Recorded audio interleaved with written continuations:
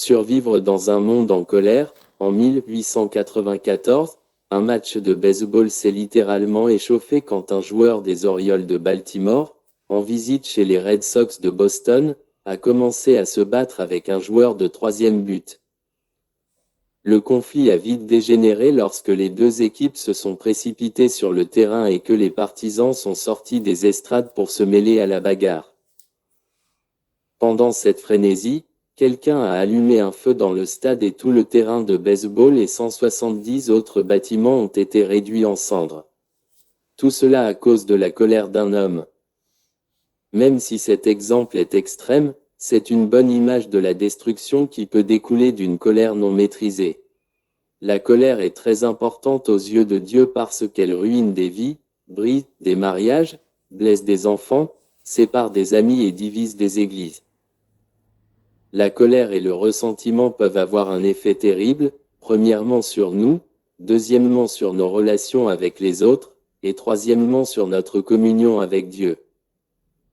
À moins que nous soumettions nos réactions à l'autorité du Seigneur et nous laissions diriger par le conseil de sa parole, nous nous exposons à de graves conséquences. Conséquence de la colère sur nous-mêmes, elle altère le caractère. Une colère non résolue envenime le plus profond de notre être. Au lieu de goûter la paix et la joie de Christ, nous sommes remplis de frustration et d'inquiétude. Un esprit critique et enclin à juger nous amène à rabaisser les autres par des paroles blessantes. L'hostilité nous rend désagréables, argumentateurs et facilement offensés même par des incidents mineurs. Des menaces ou des insultes qu'on imagine prennent racine en nous et suscitent des réactions disproportionnées par rapport à la situation. Elle affecte le corps. Dieu ne nous a pas créés pour que nous soyons constamment fâchés. La colère ravage chaque système interne et peut même engendrer des maladies mortelles comme une crise cardiaque et un accident vasculaire cérébral. Nous ferions mieux de nous poser la question, garder du ressentiment contre quelqu'un vaut-il la peine d'en mourir? Sur les autres, elle nuit aux relations. Notre colère ne concerne jamais que nous-mêmes, elle a toujours des répercussions sur les autres et, malheureusement, ce sont nos proches qui en souffrent le plus. Entretenir du ressentiment empêche toute intimité et crée des barrières d'hostilité silencieuses. Par ailleurs, un épisode explosif de colère peut provoquer beaucoup de traumatisme émotionnel et même causer un dommage physique. Elle est contagieuse. La Bible dit, ne fréquente pas l'homme colérique, ne va pas avec l'homme violent, de peur que tu ne t'habitues à ses sentiers, et qu'il ne devienne un piège pour ton âme. Proverbe 22 versets 24 et 25. Notre colère et notre ressentiment affectent nos collègues de travail et notre foyer, mais elle est particulièrement contagieuse pour nos enfants. Ceux-ci adoptent des attitudes et des modèles de comportement semblables aux nôtres en suivant notre exemple. Nous devons réfléchir sérieusement au type d'habitude que nous leur léguons. Sur Dieu, elle dresse une barrière entre nous et le Seigneur. La conséquence la plus tragique de la colère est la rupture de la communion avec Dieu. Vous ne pouvez pas être en bonne relation avec lui si vous êtes fâché et refusez de pardonner à quelqu'un. Matthieu 5 versets 21 à 24. Nous attristons le Seigneur quand nous choisissons de persévérer dans notre hostilité plutôt que de lui obéir. Elle nuit à son œuvre et limite ses bénédictions. Le Seigneur a de grands plans pour notre vie, mais lorsque nous conservons notre animosité, nous ne pouvons pas entendre sa voix ni avoir accès à sa puissance pour lui obéir. Nous devenons alors infructueux et nous privons ainsi des bénédictions qui résultent de marcher dans sa volonté. Gérer la colère, dans la vie, nous faisons tout face à des situations qui déclenchent cette émotion puissante en nous. La question n'est pas de savoir si nous éprouverons de la colère, mais si nous la gérerons d'une manière qui honore Dieu. Parfois, notre indignation est une réaction appropriée à une injustice ou à un mauvais traitement infligé aux autres, mais elle est généralement enracinée dans notre intérêt personnel. Quelqu'un nous a peut-être insultés, rejetés ou irrités, ou la raison de notre tumulte peut être une situation frustrante. Admettons-le, notre désarroi intérieur découle en majeure partie du fait que les choses ne vont pas comme nous le voulons. Quand les gens ne coopèrent pas avec nos plans ou n'apprécient pas nos efforts, ou lorsque des situations ne tournent pas selon nos désirs, l'irritation monte en nous. La bonne et la mauvaise colère. La colère se présente sous deux formes, la juste et l'injuste. Pour comprendre son expression appropriée, examinons les réactions de Jésus à des situations provocantes. Indigné et attristé par l'endurcissement de cœur des chefs religieux. Marc 3 versets 1 à 5, il les a sévèrement réprimandés pour détourner les gens du droit chemin par un légalisme hypocrite. Matthieu 23 versets 13 à 33. Quand les marchands et les changeurs de monnaie ont transformé la cour du temple en une caverne de voleurs, Jésus a exprimé sa passion pour la maison de son Père en se servant d'un fouet pour les chasser. Matthieu 21 versets 12 et 13, Jean 2 verset 15. Dans chaque situation, Christ était motivé par une passion pour son Père et une compassion pour les gens. Même s'il a lui-même subi beaucoup d'injustices personnelles durant sa vie terrestre, il n'a jamais réagi avec hostilité. Même lors de la situation la plus injuste dans toute l'histoire, sa souffrance et sa mort imméritée sur la croix, Jésus a prié son Père de pardonner à ses bourreaux. Luc 23 verset 34. L'exemple du Seigneur nous montre ce qu'est une juste indignation, une réaction passionnée à un tort commis contre quelqu'un ou à une insulte à l'endroit de Dieu. Par ailleurs, la colère injuste est égoïste et exprimée de manière destructrice. C'est une explosion incontrôlée qui blesse tout le monde sur son passage, tandis que le ressentiment est intériorisé et couve en nous comme dans une mijoteuse. Quand quelqu'un refuse de reconnaître une telle amertume ou encore d'y faire face, un venin toxique envahit son cœur. Même si nous sommes naturellement enclins à ces expressions de colère inappropriées, nous n'avons pas à y céder. Le Seigneur nous a donné sa force pour maîtriser nos réactions, nous n'avons donc pas à les laisser nous dominer. En apprenant les bonnes façons de gérer des situations exaspérantes, nous pouvons obtenir la victoire sur des attitudes, des paroles et des actions impies. Directive pour gérer votre colère, confessez vos sentiments à Dieu. Quand nous sommes envahis par des émotions antagonistes, nous devons immédiatement les présenter au Seigneur. Même si beaucoup de gens reconnaissent facilement leur propre hostilité, d'autres la nient depuis si longtemps qu'ils en sont inconscients. Un soir, après que j'eus prêché sur le ressentiment, une jeune femme est venue me voir et m'a dit « J'ai passé ma vie à être fâchée ». Elle était une croyante qui voulait marcher dans la sainteté, mais quelque chose d'enfoui au fond de son cœur l'agitait, lui dérobant ainsi sa joie et sa paix. Ce n'est qu'après avoir entendu parler sur la colère réprimée qu'elle a pu reconnaître la cause de l'agitation dans son âme.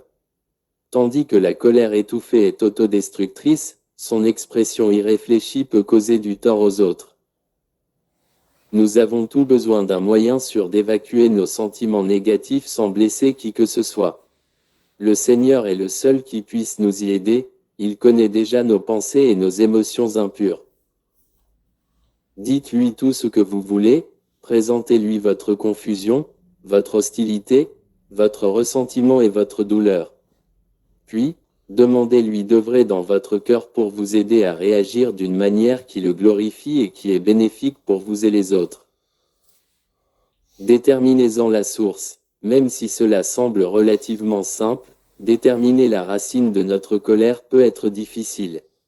Nous sommes passés maîtres dans l'art de transférer notre animosité de la source originale à quiconque se trouve près de nous. Cela peut être aussi simple que de crier après les enfants à cause d'une situation frustrante au travail ou aussi complexe que de reproduire un modèle de comportement destructeur qui résulte d'une enfance caractérisée par les mauvais traitements. Vous pouvez ne pas aimer l'idée de creuser dans les recoins sombres de votre âme pour en extraire une racine d'amertume, mais si elle y reste, vous passerez votre vie à traiter chaque symptôme pendant que le cancer caché du ressentiment se répand et envahit votre âme. L'amertume exige une opération radicale, et non un bandage. Réglez-la sans délai. Éphésiens 4 versets 26 et 27 dit de ne pas laisser le soleil se coucher sur notre colère. Autrement, nous donnerions au diable l'occasion d'accomplir son œuvre dans notre vie en infiltrant nos pensées de ses mensonges, en suggérant des justifications et des excuses, en suscitant la haine, en incitant un désir de vengeance et en plantant des semences d'amertume. Même si la Bible conseille de résoudre rapidement la colère, l'ampleur de l'offense ou de la blessure peut influencer le temps nécessaire à la régler. Une offense mineure peut facilement être pardonnée, mais une tragédie personnelle, comme la mort d'un enfant causée par un conducteur en état d'ébriété, prendra plus de temps. Devant une telle situation difficile, nous pouvons commencer par simplement admettre à Dieu notre besoin de faire face à nos émotions et de croire qu'il nous aidera à soulager notre douleur jusqu'à ce que nous puissions pardonner l'offenseur. Ne péchez pas lorsque vous êtes en colère. La colère comme telle n'est pas un péché. En fait, la Bible parle souvent de la colère de Dieu. Notre capacité à ressentir cette émotion découle simplement d'avoir été créé à son image. Cependant, à cause de notre disposition à pécher, nous utilisons souvent mal cette capacité. Nous péchons dans notre colère de deux façons principales, en la nourrissant ou en explosant, Éphésiens 4.26 à 29. Jacques 1 verset 19 recommande que tout homme soit prompt à écouter, lent à parler, lent à se mettre en colère. Dans tout conflit, notre but doit être de comprendre l'autre personne plutôt que nous défendre. Si nous cherchons à prouver que nous avons raison ou à en faire à notre tête, nous réagirons probablement mal. Restez calme et écoutez en demandant silencieusement au Seigneur de vous aider à comprendre les paroles et les motivations de l'autre personne. Échangez votre colère. Après avoir reçu une nouvelle identité en Christ, les croyants sont progressivement transformés à son image. Éphésiens 4 versets 22 à 24. Puisque l'amertume, la rage et la colère ne conviennent plus à ce que nous sommes, nous devons les faire disparaître comme un vêtement sale. Verset 31 et nous revêtir plutôt de sentiments de compassion, de bonté, d'humilité, de douceur et de patience. Colossiens 3 verset 12. Pardonnez à l'offenseur. À moins que nous ne libérions les personnes qui nous ont causé du tort, l'amertume et le ressentiment s'enracineront dans notre vie. Ce n'est qu'en cédant notre droit de nous venger et d'exiger une restitution que nous pourrons goûter la liberté que Dieu désire pour ses enfants. En abandonnant nos sentiments hostiles au Seigneur, sa présence commencera à rétablir et à guérir notre cœur brisé. Libéré de la colère. Tolérer un mode de vie colérique n'est pas une option pour les croyants. Nous ne pouvons pas nous attendre à vivre dans notre nouvelle nature et en même temps garder notre ressentiment. Pour suivre l'exemple de Christ, nous devons changer nos priorités. L'amour et la compréhension des autres doivent supplanter notre besoin de nous défendre, et la préservation de nos relations doit remplacer la défense de nos droits. Si nous avons accepté le pardon de Christ pour nos péchés, nous ne pouvons pas demander que les autres paient pour leurs fautes contre nous. Pour obtenir sa paix, nous devons déposer toutes les rancunes, les droits personnels et les insultes blessantes sur l'autel divin, et les y laisser. Persévérer dans nos revendications nous garde prisonniers d'un désarroi émotionnel, mais les abandonner ouvre des portes et nous libère. Dieu offre la clé du pardon. Ressaisissez-vous et passez de la prison à la lumière. Question pour une étude plus approfondie, selon Ecclésiaste 7 verset 9, où la colère réside-t-elle? Quel genre de problèmes attendent ceux qui donnent libre cours à leur colère? Psaume 37 verset 8, Proverbe 19 verset 19, et Proverbe 29 verset 22. Quelle recommandation est donnée dans Jacques 1 verset 19 et 20? Qu'est-ce que la colère de l'homme n'accomplit pas? À l'aide des versets suivants, dressez la liste des désavantages des paroles dures et des avantages des paroles réfléchies. Proverbe 10 verset 19, 12 verset 7, 15 verset 28, 17 verset 27 et 28, 18 verset 13. Quelles sont les conséquences du ressentiment? Proverbe 14 verset 30, Hébreux 12 verset 14 et 15. Comment pouvez-vous découvrir une racine d'amertume enfouie dans votre âme? Voir Psaume 139 versets 23 et 24 et Hébreux 4.12 verset 13. Quel remède Psaume 32 versets 1 à 5 recommande-t-il pour le péché caché? Comment Éphésiens 4 VZR 7 26 à 32 conseille-t-il de régler la colère? Quel danger nous attend si nous persévérons dans notre hostilité? À quel moment la colère devient-elle un péché? Dressez la liste des choses qu'il faut faire disparaître et celles qui doivent les remplacer. Le refus de pardonner exige que le coupable paye pour son péché. Par contraste, comment Jésus nous demande-t-il de traiter ceux qui nous ont causé du tort? Mt 5,43 à 45. Selon Romains 12 versets 17 à 21, à qui appartient la vengeance? Au lieu de devenir hostile, comment devons-nous surmonter les mauvais traitements? Pourquoi n'avons-nous aucun droit de retenir le pardon? Matthieu 18 versets 21 à 35. Amen.